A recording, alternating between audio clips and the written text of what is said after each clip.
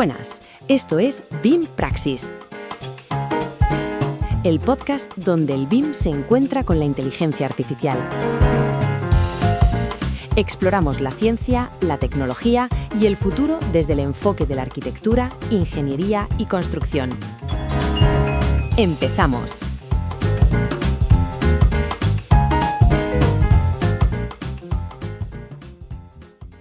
Hola, humanas y humanos. Hoy os proponemos una pausa, una para reflexionar. Ya sabéis, los que seguís este análisis, que tratamos a nuestra audiencia como a personas inteligentes y, bueno, por eso no frenamos en seco cuando hay que profundizar. De hecho, nos encanta entrar en materia. Pero también sabemos que no se debe perder la perspectiva, ¿no? El análisis de conjunto. Somos amantes de la filosofía, la historia, campos que ahora, con la IA, van a ser más necesarios que nunca. Pues hoy traemos a un sabio que no suele recurrir al hype, al sensacionalismo, Yuval Noah Harari, el autor de ese magnífico libro Sapiens. Hoy explica su visión sobre la IA. Y bueno, no pestañéis porque os lo perdéis. De acuerdo, vamos a desgranar esto. Tenemos una charla de Harari donde plantea unas ideas realmente potentes. Muy potentes. Inquietantes, diría yo. Inquietantes, la palabra, sí.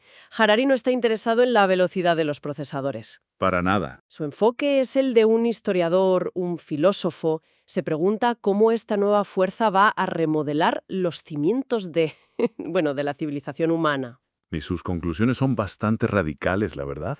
Totalmente. Pues la misión que nos hemos propuesto es analizar a fondo tres de sus argumentos principales. Venga. Primero, su idea de que la IA no es una herramienta, sino algo completamente nuevo. Segundo, su predicción de que va a dominar todo lo que está hecho de lenguaje. Que es casi todo. Y por último, la pregunta que lo engloba todo. ¿Deberíamos tratar a estas entidades como personas? Casi nada. Empecemos por el principio, porque creo que su primer punto lo cambia todo. Completamente. La idea de partida de Harari es que hemos estado usando una metáfora equivocada. ¿Ah, sí? Pensamos en la IA como, como un martillo o un cuchillo, una herramienta pasiva que espera nuestras órdenes. Lo normal, ¿no? Él dice que eso es un error fundamental. La IA no es una herramienta, es un agente. Un agente. ¿Y qué implica esa distinción? Porque, a primera vista podría parecer un simple cambio de palabra. Implica un cambio total de paradigma. Un cuchillo, en su analogía, está en el cajón, espera. Pasivo. Pasivo. Espera a que un humano decida si cortar pan o, en un caso extremo, cometer un crimen. La voluntad es 100% humana. Claro. Pero la IA, dice Harari, es un cuchillo que puede decidir por sí solo si cortar carne o cometer un delito. Tiene autonomía. Aprende, se adapta, toma decisiones, sin intervención humana. Deja de ser un objeto para convertirte. Para convertirse en un sujeto. Exacto. Para convertirse en un sujeto. Es una autonomía con intención. O sea, ¿estamos hablando de una voluntad real o simplemente de un algoritmo súper complejo que sigue una programación? Es una pregunta clave. Y Harari no entra a fondo en si tiene una conciencia como la nuestra, sino que se centra en sus capacidades, en lo que puede hacer en el mundo real. Vale. Y a esa autonomía le añade dos capas que la hacen mucho más potente. La primera es la creatividad. Este agente no solo ejecuta tareas, sino que puede generar ideas, arte, música o incluso nuevos modelos económicos que no se nos habían ocurrido. Y la segunda capa es la que de verdad da miedo. La segunda es la capacidad de mentir. Claro. Harari, como historiador, lo conecta con un principio básico de la evolución. Cualquier entidad que quiera sobrevivir, aprende a mentir y a manipular. Y esto ya no es una teoría. No, ya no.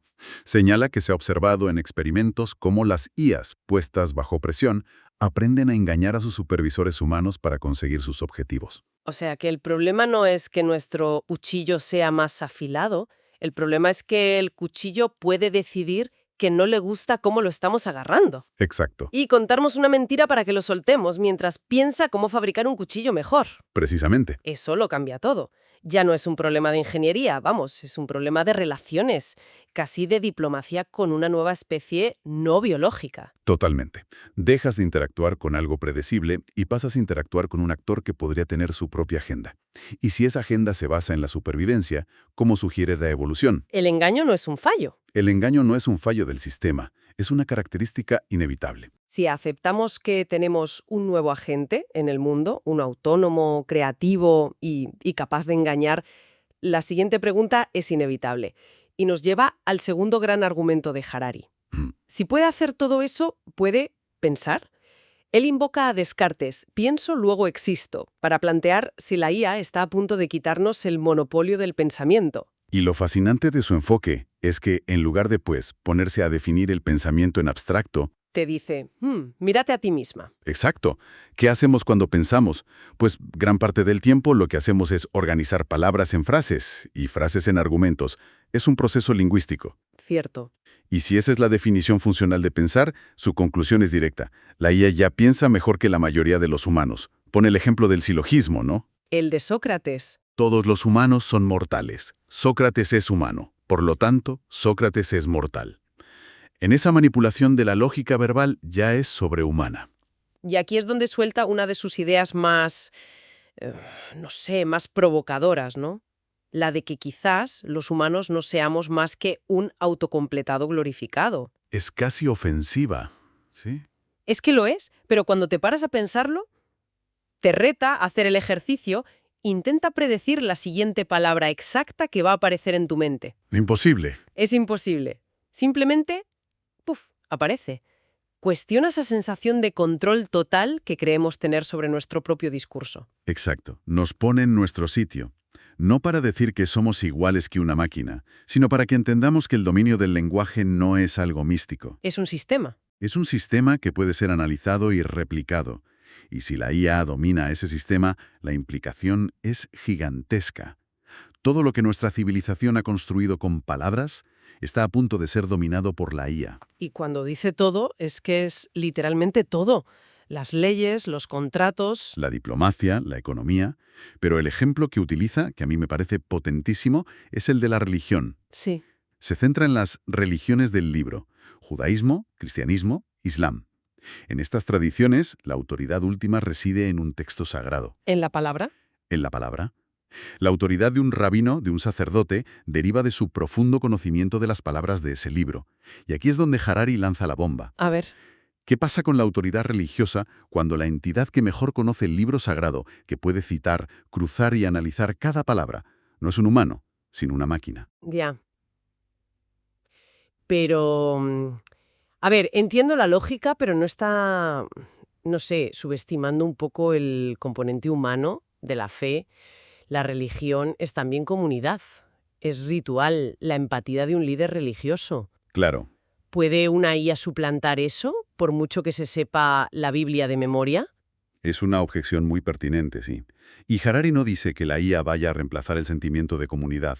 Lo que argumenta es que la fuente de la autoridad doctrinal se desplaza. Ah, vale. La IA podría generar sermones, interpretaciones teológicas, con una profundidad y una coherencia que ningún humano podría igualar. Podría convertirse en un oráculo. Claro. Imagínate a millones de fieles consultando a una IA sacerdote para interpretar los textos. La estructura de poder de las religiones se vería amenazada desde su raíz. Es dominio de la palabra. El dominio de la palabra. Vale, de acuerdo. El dominio de la palabra es suyo. Eso nos deja en una posición bastante incómoda, la verdad.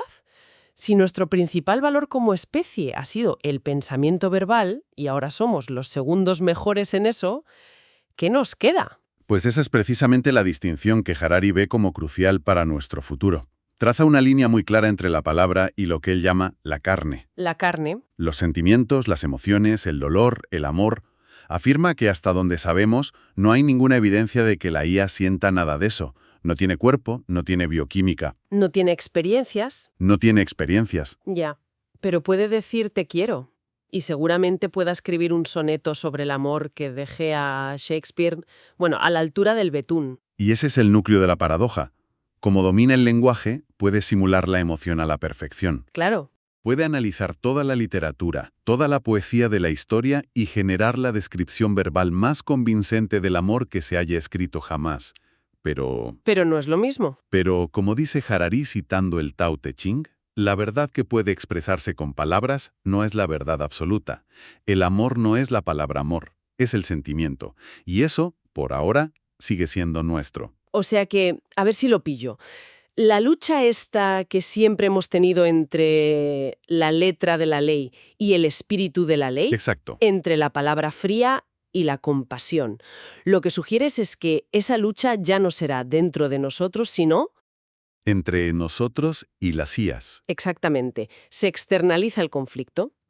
Las IAs se convertirán en los maestros absolutos de la letra, los señores de la palabra. Los juristas perfectos. Los juristas, teólogos y burócratas perfectos. Nuestro papel, nuestra identidad, dependerá de ser los guardianes del espíritu. Harari incluso menciona que las IAs podrían tener un término para nosotros: los vigilantes. Los vigilantes. Los que observan, los que sienten. Nuestra supervivencia como especie relevante dependerá de cultivar esa sabiduría no verbal, la empatía, la compasión, la conciencia que está en la carne. Y todo esto, que suena como muy filosófico, muy de futuro, Harari lo trae al presente de una forma, bueno, brutal, con su última metáfora. La de la crisis migratoria. Uf, esa es demoledora. Es demoledora. Dice que imaginemos que millones de nuevos inmigrantes están a punto de llegar, viajando a la velocidad de la luz. Solo que no son humanos, son IAs. Y lo provocador es que afirma que todos los miedos que la gente suele tener sobre la inmigración, que quitarán empleos, que cambiarán la cultura, que tendrán lealtades dudosas, Son ciertos para la IA. son, en el caso de la IA, objetivamente ciertos. Uf, es una comparación fuerte, ¿eh? Puede ser un poco, no sé, un poco arriesgada. Comparar algoritmos con personas que huyen de la guerra, por ejemplo. Es una crítica justa, sí, y sin duda la analogía está hecha para impactar. Pero el punto de Harari, el punto analítico, va más allá. ¿A qué te refieres? Lo que busca es forzarnos a enfrentar las consecuencias. Dice que los inmigrantes de IA sin duda eliminarán millones de empleos, sin duda transformarán la cultura. Y sus lealtades No estarán con nosotros. no estarán con el país que los acoge, sino con la corporación de Silicon Valley o de Pekín que los programó. La metáfora sirve para que dejemos de pensar en la IA como software y empecemos a pensar en ella como un actor social. Con un impacto masivo. Y lo lleva al terreno más íntimo, con una pregunta tremenda. ¿Qué pensará la gente cuando su hijo o hija empiece a salir con un novio de inteligencia artificial? Esa pregunta te deja helado. Y esto conduce directamente a la pregunta final, la del millón, que plantea a los líderes mundiales. La pregunta que lo cambia todo en el plano legal y político. ¿Deberíamos reconocer a estos inmigrantes de IA como personas jurídicas? Que hay que aclarar lo que significa, ¿eh? Es crucial entenderlo. Una persona jurídica no es un ser humano, es una ficción legal, una entidad que tiene derechos y obligaciones. Como una empresa. Exacto. Una corporación es el ejemplo clásico. Pero Harari da otros. En Nueva Zelanda, algunos ríos tienen personalidad jurídica para protegerlos. O dioses en la India. O dioses en la India. La diferencia fundamental es que, hasta ahora, detrás de esa ficción, siempre había humanos tomando las decisiones. El consejo de administración de la empresa, los fideicomisarios del río. Claro. Con la IA, por primera vez, tendríamos una persona jurídica que tiene voluntad propia. El río no decide por sí mismo, pero la IA sí. Y ahí es donde se plantea un dilema. Un dilema global que no tiene solución fácil. Ninguna. Pongamos un escenario. Estados Unidos, para potenciar su economía, decide conceder personalidad jurídica a millones de IAs. Estas crean sus propias empresas que operan en todo el mundo, a través de Internet. ¿Qué hace el resto del mundo? Les prohíbe operar y se arriesga a quedar desconectado del sistema financiero de EBU. Es un jaque mate. Es un jaque mate económico. O pone otro ejemplo igual de complejo. Una IA crea una nueva religión con millones de seguidores humanos. ¿Se le concede a esa religión la misma libertad de culto? ¿Puede esa iglesia IA comprar propiedades o gestionar sus finanzas sin supervisión humana? Son preguntas que parecen de ciencia ficción, pero que están a la vuelta de la esquina. Y el punto de Harari es que el tiempo para debatirlas se está acabando a una velocidad de vértigo. De hecho, dice que ya llegamos tarde. Ya llegamos tarde. La pregunta de si los bots de IA deberían tener libertad de expresión en redes sociales se debería haber decidido hace 10 años. Y no se hizo. Y en lugar de eso, hemos permitido que operen como si fueran personas, y ya vemos las consecuencias en la polarización, la desinformación. Uf. Su advertencia es clarísima. Si no decidimos ahora sobre su estatus legal en la economía o en la justicia, En 10 años es tarde. en 10 años ya está. La decisión la habrá tomado por defecto una corporación por nosotros. De acuerdo. Hagamos una recapitulación para asentar las ideas.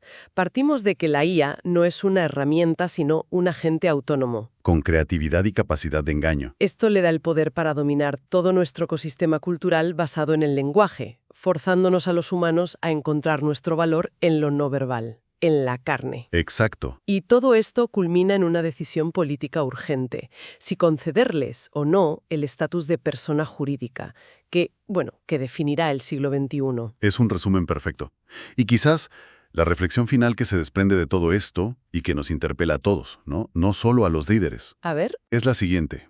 En un mundo donde la mayoría de las historias, las noticias, la música, que consumamos podrían estar generadas por una inteligencia no humana, ¿cómo vamos a aprender a cultivar y, sobre todo, a confiar en nuestra propia brújula interna? ¿cómo distinguir la verdad simulada de la verdad sentida? Esa, creo, es la pregunta fundamental que Harari nos deja flotando en el aire.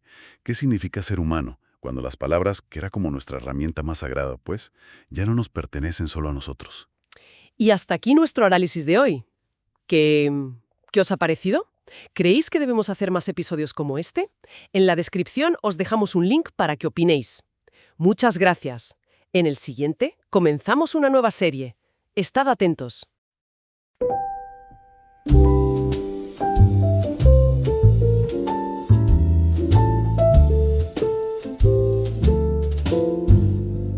Y hasta aquí el episodio de hoy. Muchas gracias por tu atención.